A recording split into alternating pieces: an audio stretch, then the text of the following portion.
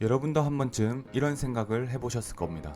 어떻게 하면 뭐든지 빠르게 배울 수 있을까? 저는 공부를 비교적 늦게 시작했습니다. 23살에 처음 편입을 준비하면서 빠르게 배우는 방법에 대해 깊은 관심을 가지게 됐죠. 그때부터 뇌과학 기반의 학습법을 찾아보고 공부했습니다. 결국 관련 학과에 진학했고 이 분야에 대한 관심은 지금까지 이어지고 있습니다.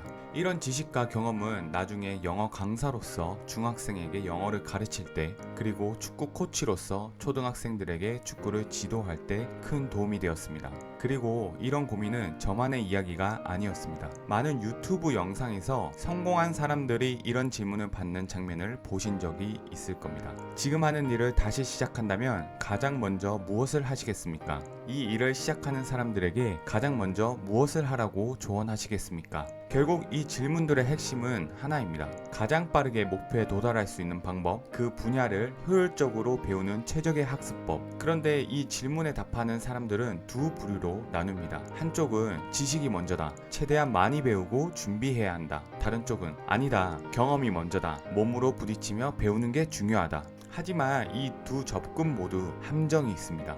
독일 철학자 칸트도 이렇게 말했죠. 경험 없는 이론은 맹목이고 이론 없는 경험은 단지 지적 유의일 뿐이다. 책이나 강의로만 배운 지식은 실제로 어떻게 적용할지 알 수 없고, 반대로 몸으로만 부딪히면 원리를 몰라 길을 잃거나 한계를 넘기 어렵습니다. 예를 들어볼까요? 많은 사람들이 공감할 것 같습니다. 제가 한 번은 강의를 2시간 듣고 이제 알겠다 싶어서 들뜬 마음으로 문제를 풀었는데 뭔가 손에 잡히지 않는 그런 느낌을 받았습니다. 결과는 당연히 거의 다 틀렸고 오답 노트를 한다고 답안지를 보고 다시 공부했죠. 그런데 며칠 뒤 다시 풀어보니 또 다 까먹었더라고요. 가만히 생각해보니까 인강도 답안지도 그냥 보고 따라하기만 했지 제가 스스로 정리하거나 출력한 적이 없었기 때문이었습니다. 반대로 문제를 먼저 많이 푸는 게 좋다고 해서 무작정 문제만 주거라 풀었던 적도 있었는데요. 이번엔 목차와 이론을 모르니 이 문제가 어떤 단원의 어떤 원리와 연결되어 있는지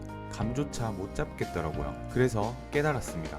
지식과 실전에서 통하는 경험, 입력과 출력은 반드시 함께 가야 한다는 것을요. 이건 단순히 제 경험이 아니라 많은 학습자들이 흔히 겪는 문제들입니다. 그렇다면 질문은 다시 이렇게 바뀝니다. 지식과 경험의 비율, 입력과 출력의 비율은 어떻게 가져가야 하는가? 그런데 아무리 좋은 학습법을 알고 있어도 집중이 안 되는 환경에서는 아무 소용이 없습니다. 요즘은 카페, 독서실, 심지어 집안에서도 소음 때문에 집중이 어려운 분들 많죠. 특히 주변 소음은 공부 리듬을 끊고 기억력과 몰입도를 심하게 떨어뜨립니다. 이런 소음에서 어떻게 공부를 할까요? 적어도 이 정도는 돼야 집중할 수 있지 않을까 생각합니다. 여러분의 뇌가 어떻게 반응하는지 한번 체험해보세요.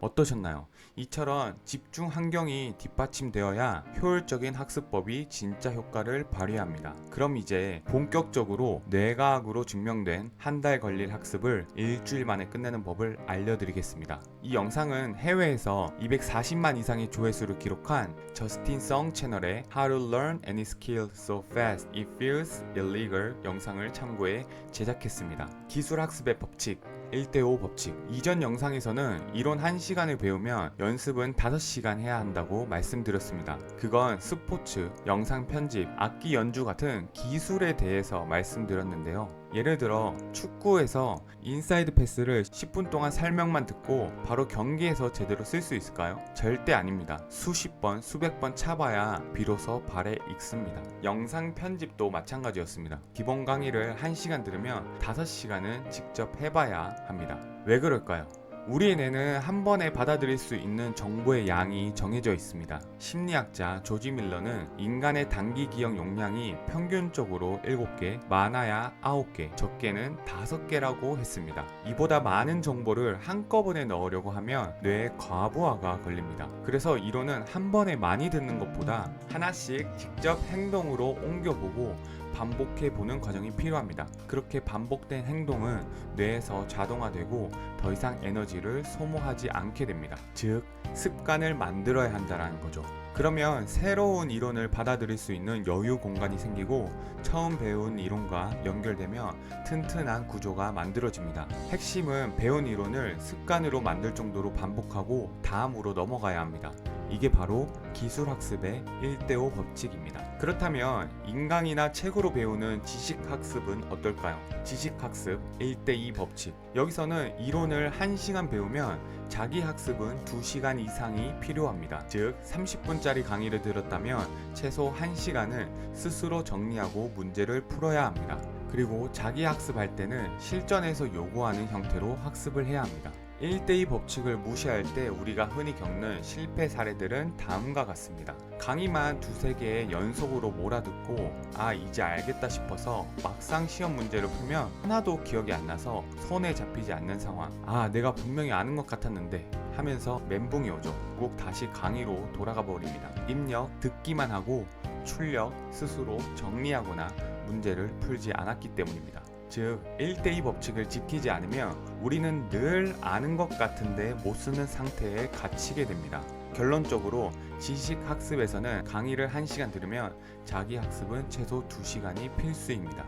자기학습할 때는 자기만의 방식으로 꺼내거나 시험을 준비하고 있다면 시험에서 요구하는 형태에 맞게 실전과 비슷한 경험을 쌓는 게 중요합니다. 예를 들면 단어를 외울 때 단어, 뜻 이렇게만 외우는 게 아니라 문장에서 어떤 의미로 쓰이는지 잘 보여주는 문장들을 많이 접하는 게 좋습니다. 그리고 이 법칙을 지켜내려면 또 하나 중요한 조건이 있습니다.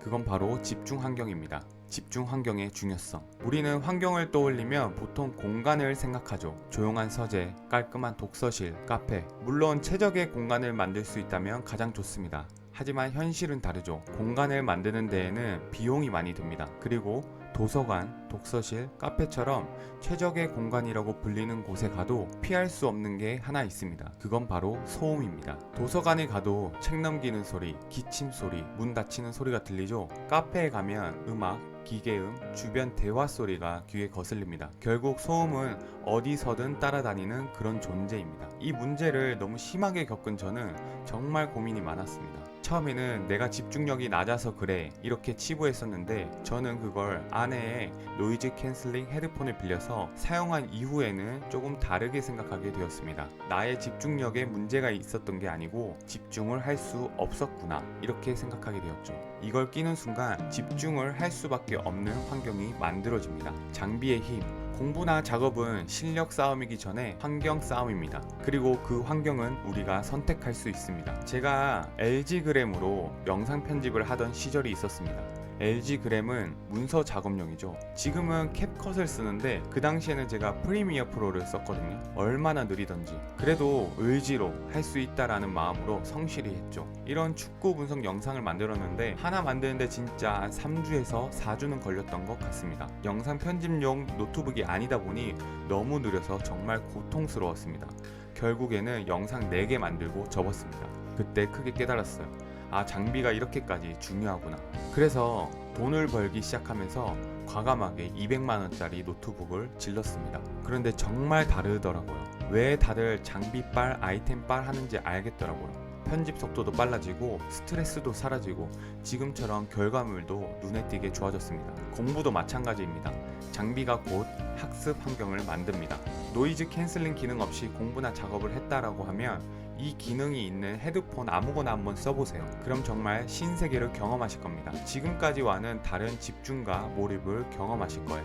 거기에 더해 저는 이걸 단순한 헤드폰이 아니라 집중 장치라고 생각합니다. 작업이나 공부의 신호로 사용하고 있죠. 이걸 착용하는 순간 집중 모드로 바뀝니다. 저는 이 소니 WH-1000X Mark IV를 사용하고 있습니다. 사실 이 헤드폰은 제가 아내에게 선물해 준 거예요. 제 아내는 노래 듣는 걸 너무 좋아하거든요. 그래서 신혼 때 스피커도 이걸로 샀어요. 그만큼 노래 듣는 거에 진심입니다. 저는 그 당시 버즈2 이어폰을 자주 꼈습니다. 항상 뭘 배우기 위해서 이어폰을 귀에 끼고 살았어요.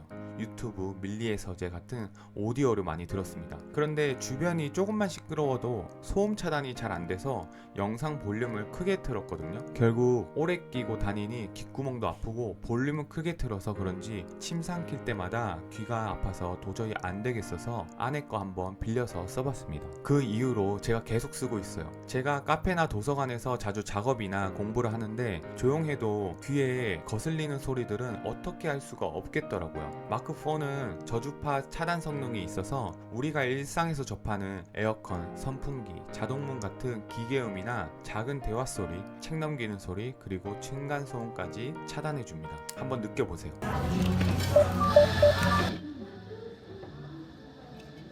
확실히 차이가 있죠. 이제 저는 맨 귀로는 집중을 못합니다. 한번 사용해 보신 분들은 다 아실 거예요. 아니, 어떻게 이런 소리가 나는 곳에서 집중을 해요? 저는 또 안경을 끼고 있는데 헤드폰이 가볍고 길이 조절이 잘 되다 보니까 장시간 끼고 있어도 큰 불편함은 없어요. 간혹 정수리 부분이 아플 때가 있는데 이걸 살짝 앞으로 돌리면 괜찮더라고요. 그리고 이게 마크5와 다르게 접을 수 있어서 휴대성이 좋습니다. 그리고 무엇보다 가격이 착해서 입문하시는 분들에게는 덜 부담스럽고 좋을 것 같아요. 또 요즘에 나온 이어폰은 어떨지 모르겠는데 그 당시 제가 가지고 있었던 노이즈 캔슬링 이어폰으로 강의를 들었을 때는 주변이 조금만 시끄러워져도 소음 차단이 잘 안 되다 보니까 볼륨을 크게 틀어놓고 들었거든요. 또 크게 틀면 이게 잘 집중이 안 되잖아요. 그런데 이건 소음 차단이 정말 잘 되니까 볼륨을 너무 크게 틀지 않아도 돼서 귀도 편하고 집중도 잘 됩니다. 음질은 뭐 저는 막기라 잘 모르겠는데 음악을 사랑하는 아내는 이 정도면 만족한다라고 합니다. 그리고 한번 충전하면 30시간 이상 사용이 가능합니다. 저는 정말 예민한 사람이에요. 편입을 준비할 때부터 지금까지 카페에서도 도서관에서도 작업이랑 공부를 많이 해왔거든요. 소음이 얼마나 집중력을 방해하는지 잘 압니다. 예전에는 노이즈 캔슬링 뭐 이런 것도 없었고 또 아까 말씀드린 것처럼 소음으로 방해받을 때는 아, 내가 이 소음들이 안 들릴 정도로 집중을 못해서 그렇구나 이런 생각도 했다니까요. 지금 생각해보면 정말 웃겨요. 악으로 깡으로 이제 그런 시대는 지났잖아요. 분명 이런 소음에는 흔들리지 않는 사람들도 있을 수 있겠죠. 하지만 저는 그게 잘 안 됐어요. 그런데 정말 이걸 끼고 나서는 효율이 달라졌습니다. 저는 경험하지 못한 건 이렇게 줄줄이 얘기도 못해요. 정말 좋아서 여러분들께 추천드리는 겁니다. 마크4가 아니더라도 노이즈 캔슬링 기능을 인정받은 제품을 한번 사용해보세요. 아무거나 사면 환불에 교환에 골치 아파질 수 있습니다. 사용해보시면 아, 얘가 왜 이걸 끼라고 했는지 아실 겁니다. 절대 후회란 없습니다. 저는 이 헤드폰을 착용하는 순간 뇌가 이렇게 반응합니다. 아, 이제 집중할 시간이구나. 집중할 수밖에 없는 환경이 됩니다. 이건 단순히 소음을 차단하는 것을 넘어 이제는 학습 속도를 끌어올리는 핵심 장치로 되어버렸습니다. 오늘 말씀드린 내용을 정리해보자면 기술학습은 1대5 법칙, 이론을 1시간 배우면 연습은 5시간 한다. 지식학습은 1대2 법칙, 이론을 1시간 배우면 자기 학습은 2시간 한다. 기술을 학습할 때는 습관을 만드는 게 중요하다. 지식 학습은 나만의 방식으로 끄집어내기, 시험을 준비하면 시험에서 요구하는 방식대로 학습하기. 집중 환경이 최적이면 좋겠지만 현실적으로는 불가능한 경우도 많다. 노이즈 캔슬링 헤드폰을 착용하는 순간 그곳이 최적의 집중 환경이 된다. 결국 공부도 장비의 영향을 많이 받습니다. 여러분도 장비 하나로 공부 환경을 새롭게 바꿀 수 있습니다. 혹시 이 영상을 보시고 소니 WH-1000X 마크4에 관심이 생기신 분들은 아래 고정 댓글을 꼭 확인해 보세요. 노이즈 캔슬링과 함께 공부나 작업을 해보시고 나중에 후기를 댓글로 알려주시면 감사하겠습니다. 그럼 저는 다음에도 유익한 영상으로 찾아뵙겠습니다. 시청해주셔서 감사합니다.